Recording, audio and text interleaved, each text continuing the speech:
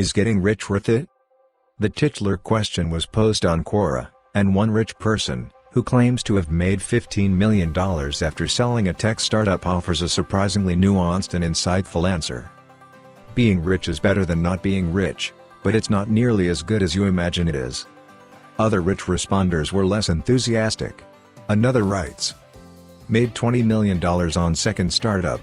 Finally, real FIU money. I feel no better. Yes, I bought a better house. I didn't even bother to buy nicer cars. Who cares? I just bought some more jeans. Look, I am intellectually proud and gratified to have this money. But it didn't buy my freedom, which I had from before. It didn't improve the quality of my life." Informally, I've also had the chance to meet rich people. My sense from those encounters is that being rich is nice, but it's hardly the panacea people make it to be. I doubt many of those rich people are significantly happier than they would be with only a moderate income. Some may even be less happy. The research also sides with this intuition. Kahneman shares the riddle of experience versus memory, that the relationship between money and happiness flattens at around $60,000 per year. However, when I ask people who aren't earning a lot of money about this, the responses are nearly universal. They would be ecstatic to have such wealth, and can't comprehend why those spoiled, ungrateful rich people aren't living in utopia. I imagine even now many of you are rolling your eyes at even the mention of rich people complaining about being rich. But that's exactly my point. Why are our intuitions so different from reality? If being fabulously rich is only a moderate boost to happiness, why don't we see it that way, in advance? Location independence, freedom, and money. Being rich is just one fantasy. You could replace the entire preceding introduction with location independence, fame, or a relationship. People who don't have them feel they would change everything. People who do have them find they don't change nearly as much as they had thought. In that way, I suppose I too live a life which is only a fantasy to some. I'm a full-time blogger. I can live wherever I want, work on whatever I want, and how much I want. While I'm not super rich, I'm earning much more than I had expected when I got started nearly 7 years ago. I say this not to brag, but to provide contrast. For the first 18 years of my life, I lived in an isolated tiny town in northern Manitoba. My parents are middle class, but I definitely had my poor moments in college. I washed my clothes in a bathtub for a year because the laundromat was too expensive. I've been enormously lucky, and I'm both grateful and happy. Success has made me happier, but like the previous respondents, the change is less dramatic than you would think. I worry about money less, I travel more, and I certainly don't have the entrepreneurial angst that came with starting an unproven business. I feel my success may have even been buffered from the disillusionment of the previous examples. I never really strove for location independence, fame, or money. All I wanted to do was to be able to run a business without needing a job. My dream was to do something, not to have something.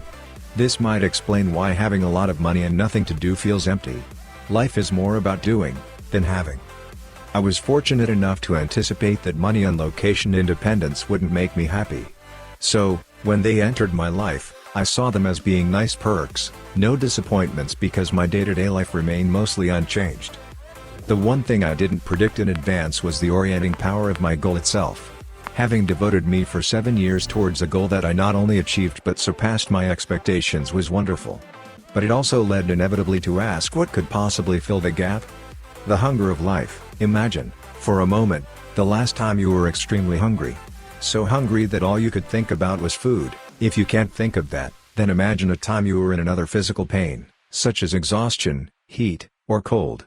In those moments, that pain constrains your life, it focuses your attention and defines how you see the world. Now, remember what it was like to eat food again after that moment of hunger. It probably felt good, for a few minutes, and then there was nothing. When you're starving, food feels like it will fill you forever and make all your worries disappear. When you're satiated, the pleasure lasts only for a moment before your mind orients itself to something different. I argue being rich is like being full. It's not a bad feeling, and certainly better than being hungry. But as long as you're well fed, food just isn't something you think much about. Most of us have had enough experience with both hunger and fullness to realize that being well fed doesn't mean life becomes perfect. But few people have had the same sense of fullness with money, to have had the same experience. If you currently have some hunger in your life for something, be it money, fame, freedom, or a relationship. Realizing that these hunger are a lot like physical hunger can help you avoid the disappointment you might feel when you realize that satiation didn't fix all your problems. Life needs constraints. Great designs always have constraints. In many ways, the design is defined by constraints and using them elegantly. Often these constraints are from the environment, but good designers also self-imposed constraints. Life, in this sense, is like a process of design. Without constraints, you have a mess, not blissful freedom. People who live well either take constraints from the environment or impose others on themselves to live in a more meaningful way.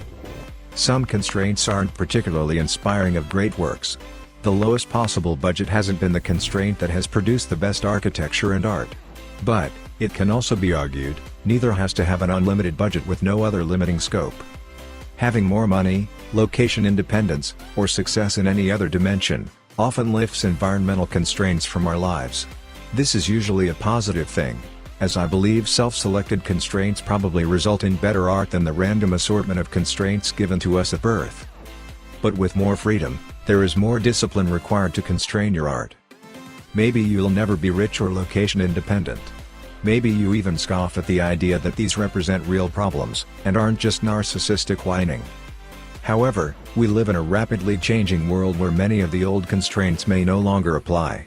Location independence becomes more common. As GDP rises, more people will live far above subsistence. As old constraints become less relevant, it will be up to us to decide what the new ones should be.